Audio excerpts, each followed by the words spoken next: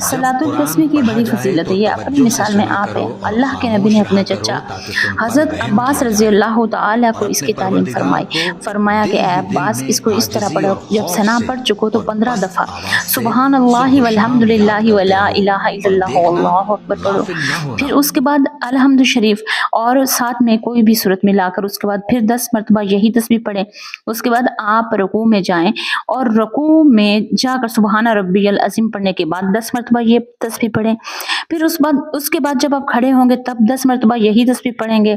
फिर जब दोबारा आप सजदे में जाएंगे पहली दफ़ा तो सजदे में जाकर सुबहान रब्बियल आला के बाद 10 मरतबा यही तस्बीह पढ़ेंगे।